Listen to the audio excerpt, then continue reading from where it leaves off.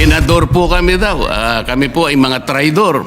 Paano po bang magiging traidor ang isang tao? Nililinaw lang po ang basihan na sinasabi natin kung gusto nating magkaroon ng West Philippine Sea o di makiusap tayo.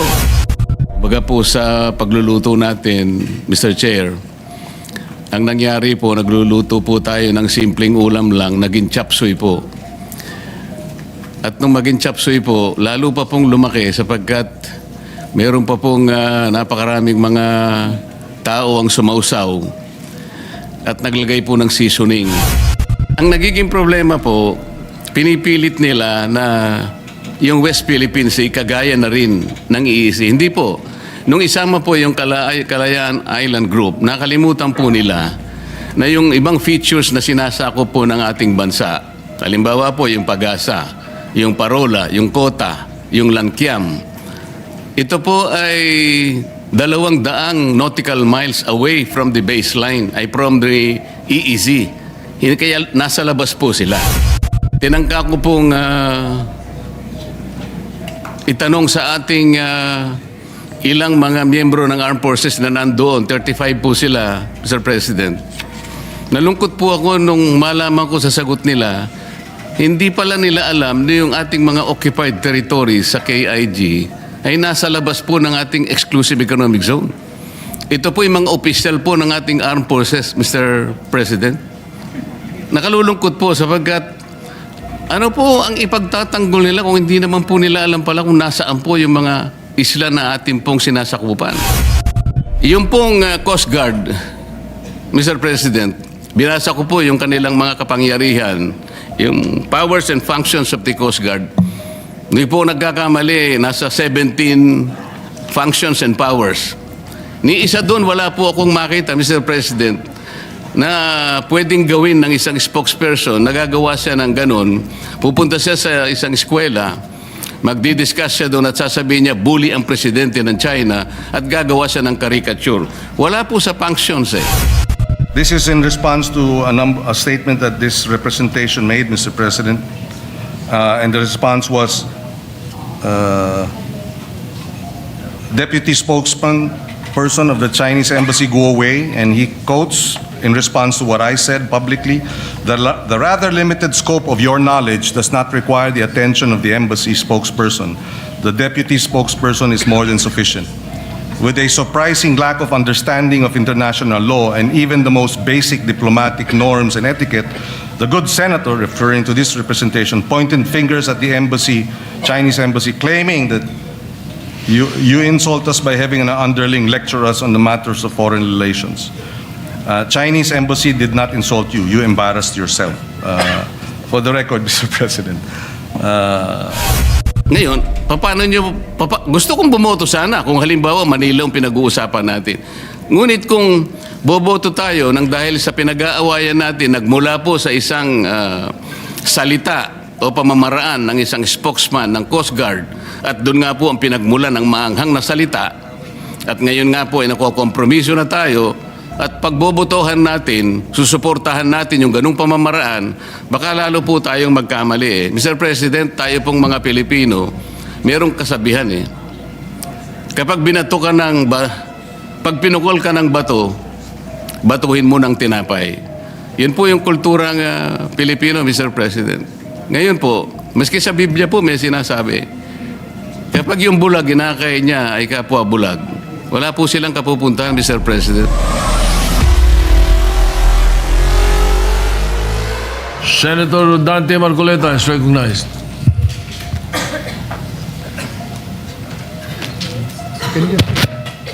Na malabo yung resolution.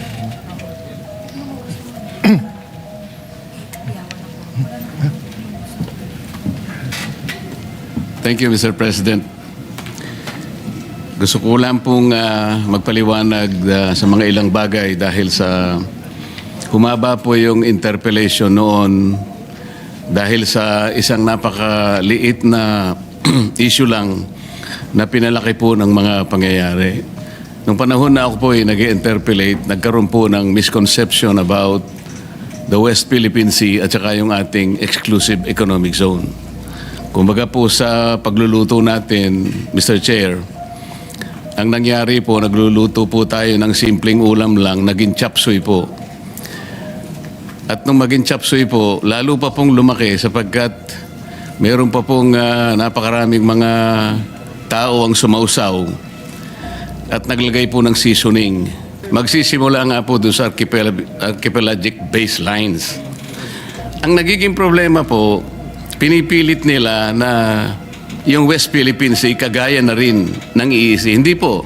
Nung isama po yung Kalayaan Island Group, nakalimutan po nila na yung ibang features na sinasakop po ng ating bansa. Halimbawa po yung Pag-asa, yung Parola, yung Kota, yung Langkiam. Ito po ay 200 nautical miles away from the baseline, ay from the EEZ.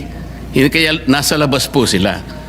Alam po nyo, Mr. President, nung nagkaroon po tayo ng hearing sa CA, tinangka ko pong itanong sa ating ilang mga miyembro ng armed forces na nandoon, 35 po sila, Mr. President. Nalungkot po ako nung malaman ko sa sagot nila, hindi pala nila alam na yung ating mga occupied territories sa KIG ay nasa labas po ng ating exclusive economic zone. Ito po yung mga official po ng ating armed forces, Mr. President. Nakalulungkot po sapagkat ano po ang ipagtatanggol nila kung hindi naman po nila alam pala kung nasaan po yung mga isla na ating pong sinasakupan. Napakahalaga po no na Mr. President, bagamat ang usapan doon ay teritoryo, dahil sa definition po ng ating West Philippine Sea, ang importante po doon ay yung karagatang sinasakupan natin. Kung isasama po natin ang West Philippine Sea, Mr. President, ang gusto ng Pilipinas kasi, ituring po yung mga features sa Spratlys na isang grupo lamang ng mga isla. Yung tinatawag po nilang offshore archipelago. Ang sabi po ng Arbitral Tribunal, Mr. President, hindi po ninyo magagawa yan, sabi niya, sa Pilipinas. Tama na kayo po ay isang archipelagic nation, ngunit hindi nyo magagawa yan sapagkat you will not be able to meet the requirements of land and water ratio. Kung di po ako nagkakali, Mr. President, ang ratio po is 1 to about 9.135, something like that. Ibig sabihin po, meron pong standard na pagitan po kasi ng baselines kung saan mo ikakapit yung baseline. Kasi magkakalayo po sila eh. Lalong-lalo na po doon sa mga ibang features, Mr. President, na hindi okupado ng Pilipinas. Ang dami po nun. Ang okupado lamang po ay 4. Napakarami po ng hindi natin occupied. Ngunit, mini-maintain po natin ang ating claim doon. Ano po ang pinaka-imposible doon, Mr. President? Hindi po natin pwede silang isali yung karagatan arising from this maritime features in the Kalayaan Island Group dahil lalabag po tayo sa dalawang aspeto. Number 1, yung UNCLOS po, hindi tayo papayagan. Kasi po, yung Article 7 po ng UNCLOS, Mr. President, ito po yung tinatawag na straight baselines. Mababiolate po yun kapag kinonect po natin yung features outside our EEC ng mga straight lines. Dahil yung straight baselines po natin, magde-depart po sa appreciable part ng ating, yung general direction ng ating coast. Yun po yung sinasabi ng Article 7. Dahil po kasi sa layo nila, more than 200 nautical miles from our EEC. Pagkatapos po, yung Article 47, Mr. President, ito po yung archipelagic baselines, mababiolate po. Ito po yung sinasabi nating ratio of water to land. Dahil nga po, hindi pinapayagang dapat magkakalayo yung features at may encircle mo sila to treat them as one group of islands. Hindi sila pwedeng i-classify na isang unit lamang para lang mag-generate ng sarili nilang maritime space. Ngayon, ito po yung nangyari. Dahil imposible po, dahil nga sa Article 89 naman po ng UNCLOS din, Mr. President, hindi po natin pwedeng i-appropriate ang high seas. Nakalagay po talaga. Yung mga features po na malalayo sa ating exclusive economic zone, Mr. President, ang layo na po nasa high seas na. Sa layo nila sa bawat isa, they are also separated by high seas. Kapag kinonect po natin mula dun sa ating exclusive economic zone, ma-appropriate po natin ang high seas, mababiolate po natin ang 3 artikulo ng UNCLOS. Pati po yung tribunal ay inconsistent na rin po yung tayo natin. Sinabi rin po niya sa China yun eh. Maski na ikaw China, sabi niya, you cannot regard this Spratly list as one group of islands or to regard it as one unit dahil hindi ka naman archipelagic country. China, sabi niya, ikaw ay isang continental state. So kapwa po tayo pinagbawalan. Ano po ang aking gustong palabasin dito, Mr. President? Hindi po natin pwedeng saklawin yung KIG. Pero liliwanagin ko po, yung KIG, atin po yun eh. Ang pinag-uusapan natin, land features, teritoryo po yun, Mr. President. Ibang bagay yun. Hindi ko po sinasabang hindi atin yun. Ngunit dahil ang pinag-uusapan natin, West Philippine Sea, yung katubigan natin, imposible pong i-connect natin yung ating exclusive economic zone at ituloy po natin doon sa territorial sea na generate po ng napakaraming features. Magkakamali po tayo, yun ang pinagbabawalan tayo.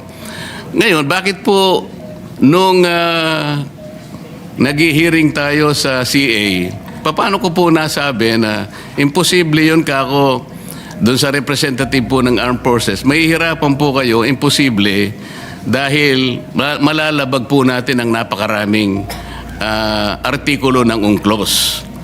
Hindi po natin mai-enclose, hindi po natin makokonek yung territorial seas nung napakaraming features na yon na ating ino-occupy.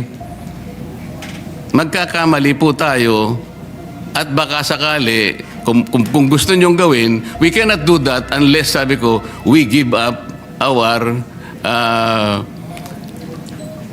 itong KIG. Hindi ko po sinasabi na i-give up natin. I am only trying to reinforce the argument na hindi at imposible nating gawin. Sapagkat atin yung teritoryo, pero sa tubig, hindi po natin pwedeng itagos yung mga baselines dahil magkakasala tayo at lalabag po tayo sa UNCLOS mismo. Ang dami po ngayong mga gumagawa ng kung ano-anong salita. Sumama na nga po yung napakaraming tao na sinasabi ko ro, i-give up natin ang KIG. Mr. President, kahit kailan hindi ko sinabi yun. Teritoryo po yun, land features po yun, hindi sakop po ng arbitral tribunal. Ang sinasakop lang po ng tribunal, yung tubig po. Kaya lang magkaintindihan tayo. Hindi ko sinasabing hindi atin yon. Teritoryo na natin yon dahil occupied na po natin yon.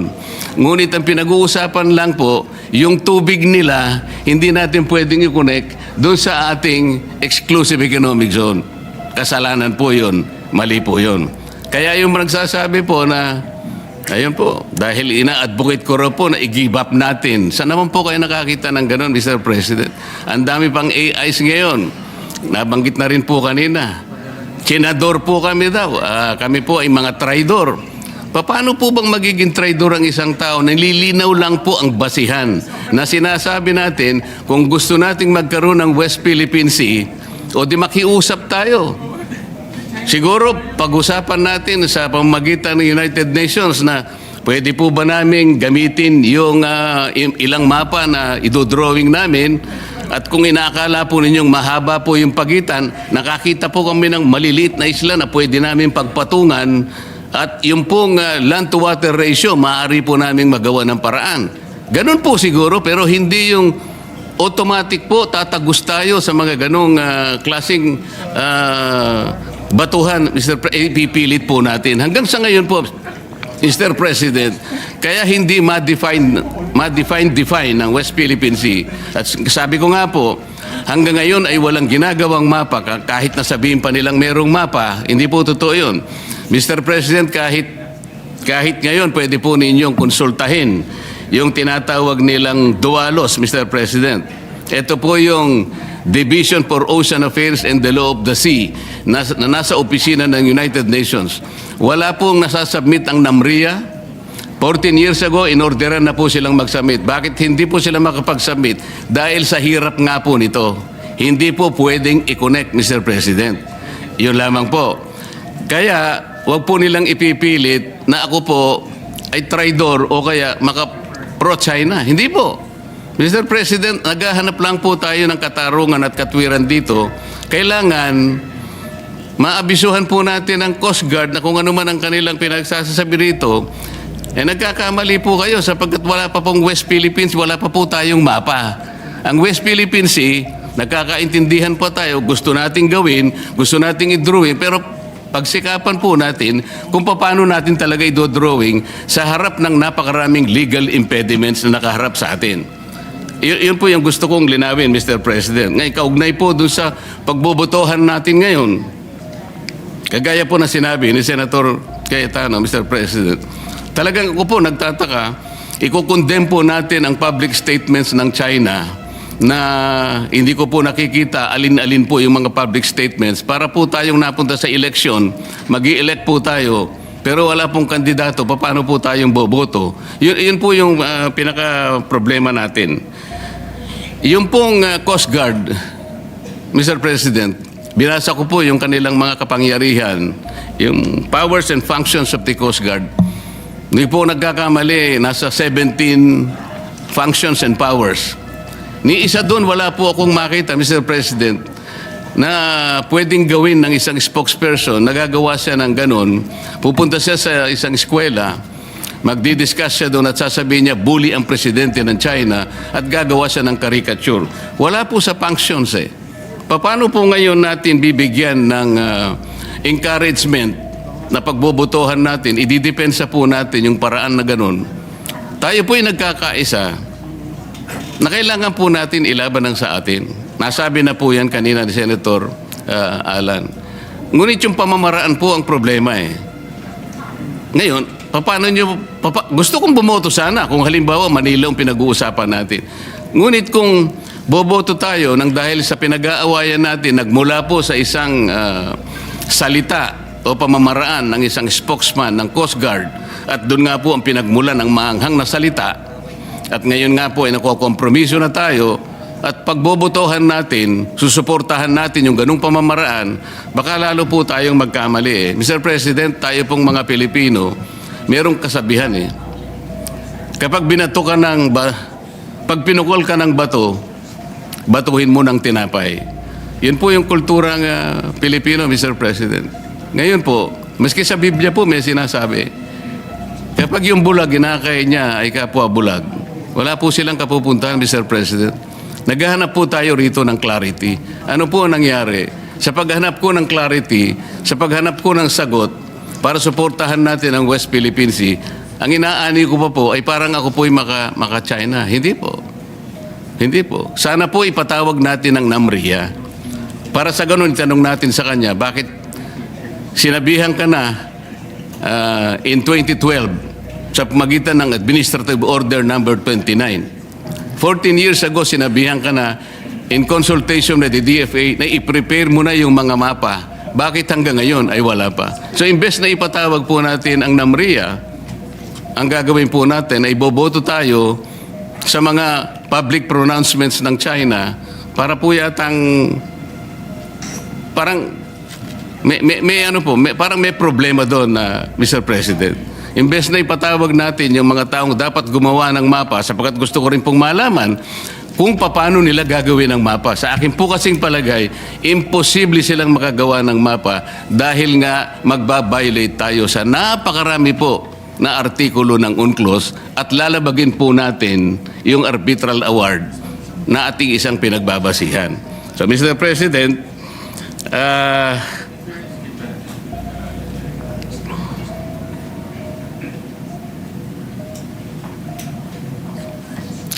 magtatapos ako sa isang pananalita na lang, Mr. President. Sa aking palagay po, ang isang pagkakamali ay hindi po maitutuwid ng isang pagkakamali. Hindi po natin magagawa yung gusto nating gawin para kausapin natin ang China sa maliing pamamaraan. At kung pamali po ang paraan, wala po tayong magagawang mabuti, Mr. President. Maraming salamat po. Majority Leader. Thank you very much, Mr. President. With that, I move to open the period of amendment on resolution number 256 and recognize the sponsor for his amendments. Period of amendments open. Senator Pangilinas recognized for the period of amendments. Thank you, Mr. President. Move to include as attachments the following statements to the resolution, Mr. President. The following statements, public statements issued by the Chinese embassy officials, as well as the DFA statement, the D&D statement, and a number of other statements, Mr. President. We will begin with the statement of the D&D.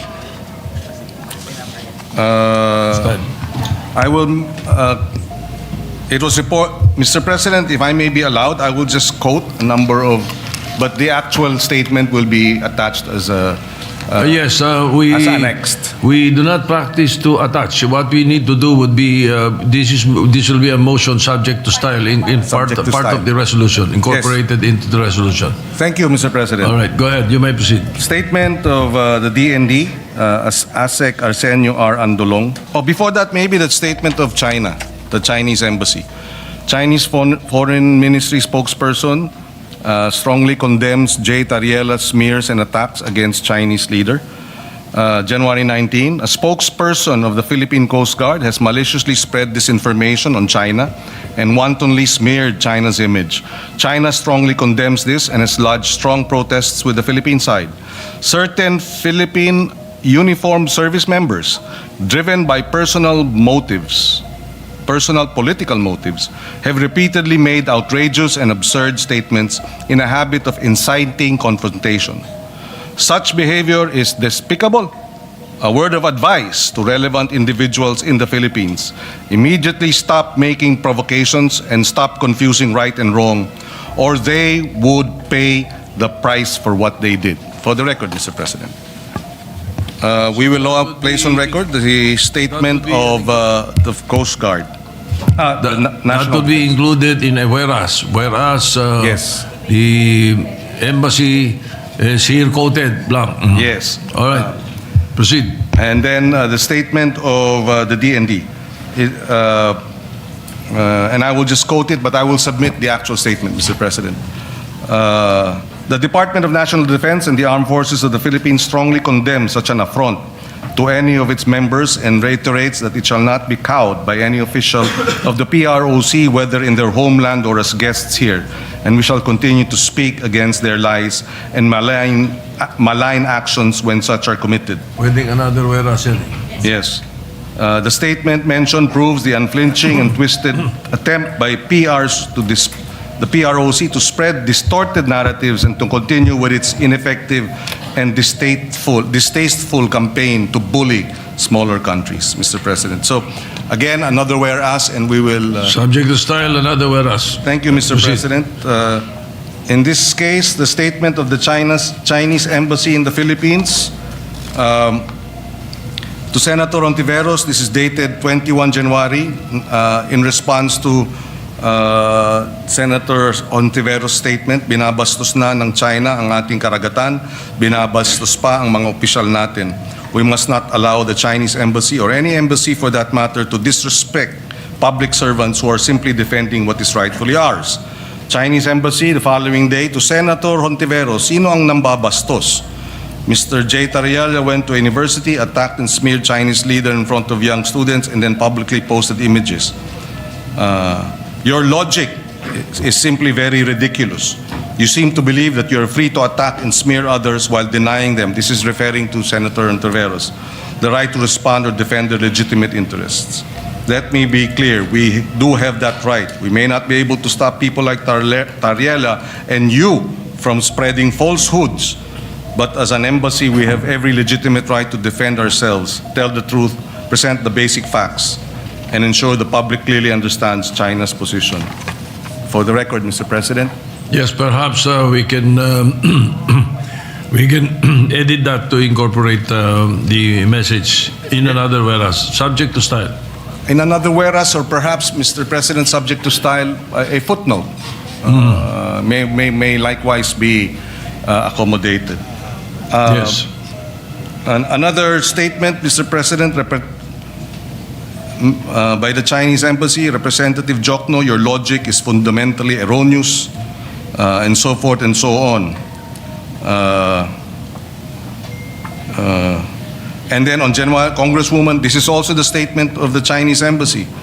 Congresswoman De Lima released a statement that branded China's position on the South China Sea as Orwellian doublespeak and falsely accused the Chinese Embassy of spreading lies about China's aggression in the West Philippine Sea and targeting Philippine officials for doing their job in calling out said aggression. Mr. President, again, subject to style, we will include that statement.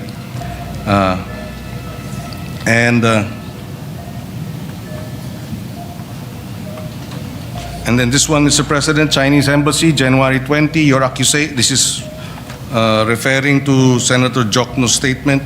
Your accusation, of Senator Ontiveros, I'm sorry. Your accusation of China gaslighting the Philippines public is baseless. China is simply sharing the facts and telling the truth. Calling this gaslighting is just a distraction. Laying out facts isn't gaslighting. Ignoring inconvenient truths and selling falsehoods as common sense, Mr. President. There are a number of other statements, Mr. President.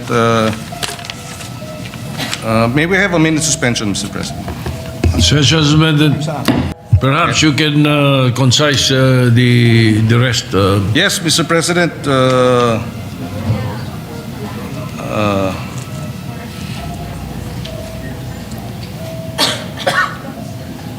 This is in response to a statement that this representation made, Mr. President. And the response was,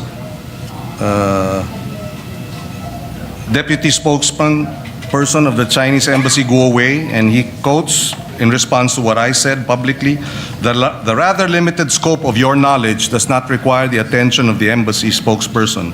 The deputy spokesperson is more than sufficient. With a surprising lack of understanding of international law and even the most basic diplomatic norms and etiquette, the good senator, referring to this representation, pointed fingers at the embassy, Chinese embassy, claiming that you insult us by having an underling lecture us on the matters of foreign relations. Chinese embassy did not insult you. You embarrassed yourself. For the record, Mr. President. Anyway, Mr. President, we will submit this. And one more, Mr. President. This is in response to Senator Erwin Tulfo. Deputy Spokesperson Guo Wei, you have the freedom to attack others. We also have the right to defend ourselves and push back. Freedom of speech, after all, Mr. Senator, if you don't understand diplomacy or the role of foreign embassies, you might want to think twice before commenting. Or at the very least, take time to understand what are the public exchanges really, bold letters, about. Otherwise, you risk becoming a source of ridicule, Mr. President. So this is a number of the statements that we have now introduced as amendments subject to style, Mr. President. All right. Thank you. There are- Majority Leader. Yes, Mr. President. Thank you, Mr. President. Yes, Mr. President, with that, close the period of amendments. Any objection? Hearing none, period of amendments closed. With that, Mr. President, I move to approve or adopt proposed Senate Resolution number 256. I so move. Any objection? Hearing none. PS Resolution 256 is hereby adopted. Thank you very much, Mr. President. Subject to style. Subject to style. Thank you, Mr. President. Thank you, Majority Thank you very Leader. much. Thank you to our colleagues. Thank you. Mr. President, may I ask for minute suspension? Session suspended.